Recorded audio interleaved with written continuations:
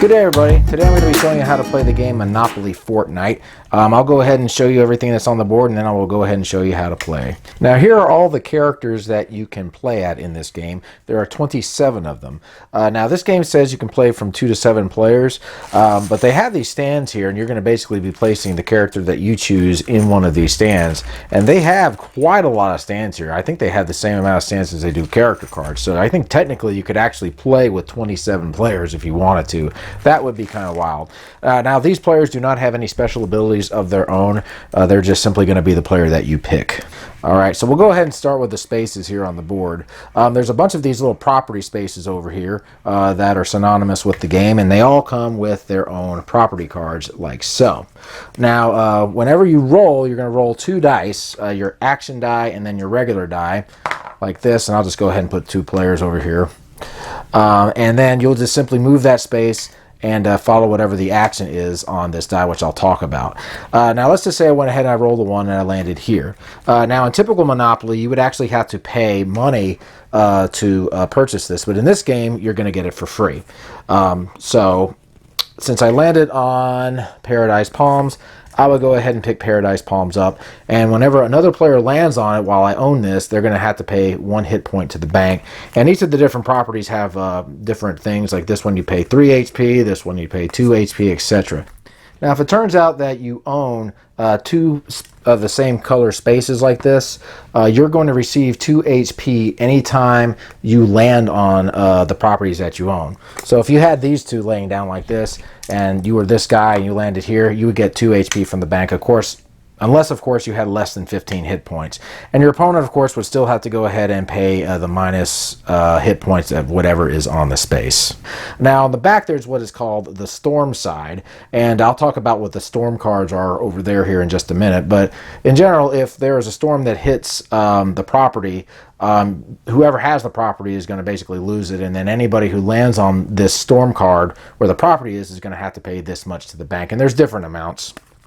Now, everybody in the beginning of the game is going to be receiving 15 of these hit point counters over here. If you run out of the hit point counters, you're going to be out of the game. And this is basically the bank area. Now, an interesting thing here is that players do not pay each other any hit counters. Any hit counters that you lose are going to go to the bank, and any that you gain are going to come from the bank as well. Right here is a campfire space. If you land on this, you will go ahead and collect 1 HP, and you're not going to be allowed to hold more than 15 of these hit points at a time. There are some cards that will allow you to get hit points and play them, but if you have 15, you're not going to be able to play them. But if you start losing some points, then you could play the card. Now, there are a couple of spaces on the board. One is a campfire space. If you land on that, you're going to gain 1 HP. There's also a spike trap. If you land on that, you will lose 1 HP to the bank. I'll go ahead and talk about the die here. This is the crosshair symbol, and this basically means this will allow you to target somebody that is you're in your line of sight. Line of sight, again, means anybody that is on your side of the board, and if you're on a corner like this, you can target people from here to here. Whoever you target and hit is going to have to pay 1 HP to the bank. Right here is the bandage. If you land on this, you're going to collect 2 HP from the bank automatically. And right here is the brick. If you land on the brick, the first thing you're going to do is you're going to go ahead and move your amount of spaces, and then you'll complete whatever the action is. Then you'll go ahead and be able to build a wall on that space that is the distance from whatever you roll. So let's say I rolled a 5, and I rolled this, and let's just say I was over here. What I would do is I would move 5 spaces first, complete whatever the action is on this space, and then I could go ahead and build a wall 5 spaces away from where I am, and I can also build on the space I'm on, so I could build from here, here, here, here, or here. Let's just say I happen to build it over here, for example. Now, the first person to get here is going to have to stop on this space, and whatever the action is, they're going to have to go ahead and take it. So if you have a wall, say on a spike trap, they're going to have to pay the minus 1 hit points. Now, you can also destroy the wall the same way you would target a person. You could, if you had a target that you rolled, you could just simply target the wall and take it out. But anyway, you are going to be protected from anybody that is attacking you or from loot cards if you are on a space that has a wall. And afterwards, we'll just simply remove the wall out and we'll continue on.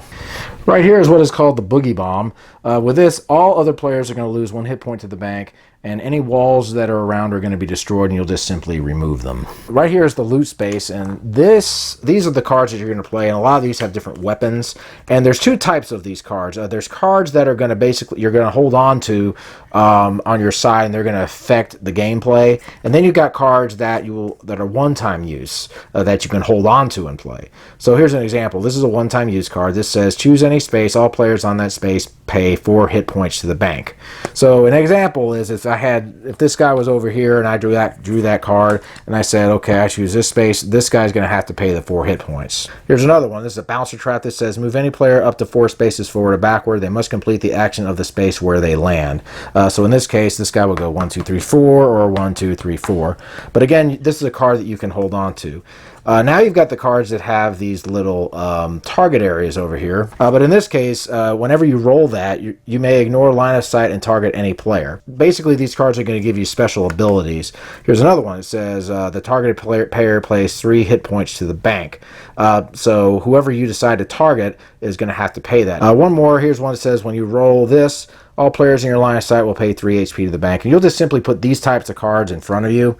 And so you'll be able to activate these powers anytime you roll this on your turn whenever you get the cards.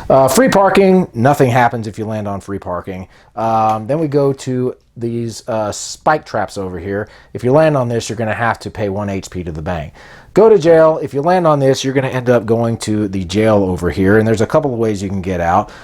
If you roll a 6 within 2 turns, you'll be able to get out for free.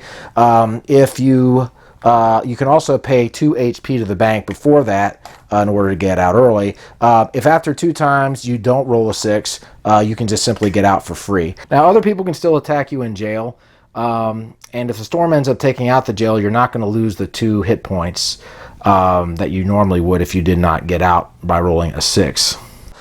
So if it turns out you're in jail and that storm card comes and covers the jail up, you'll be able to get out of jail for free as well. And speaking of the storm cards, let's talk about these.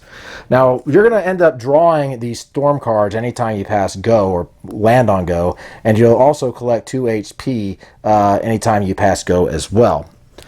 So here's an example. Here's it says, choose any location. Place that location card storm side up on its space. So for example, let's say I chose the Wailing Woods. And here's the card. What I would do in this case is I would go ahead and place the storm card on it like this. Basically, whoever owned that area is not going to have it anymore. And then whoever lands on it is going to have to pay this penalty. In this case, it would be 4 HP. Here's another one that does that. There's a lot of these cards that do that. Here's one that says, face down, they go to jail space. Players no longer go to jail when they land on that space. So that would go here. Here's another that says place on the campfire space. So you would place it on a campfire space like this. And then there's one that says all other players take turns rolling the number die and pay that much HP to the bank. That's pretty nasty. Here's another that says take the location card for the highest unclaimed property, then place that location storm up on its space. So that's what these storm cards do. They're basically going to cover up certain spaces here on the board, and if you have certain properties, they're going to take that away from you. There's also one for the go space as well, where you won't be able to collect HP anymore. And again, you're going to draw these cards anytime you land or pass go or anybody else does. Now, if you end up running out of HP, you're going to be out of the game. What you'll do is you'll just take your character off the board. Let's just say it was this guy.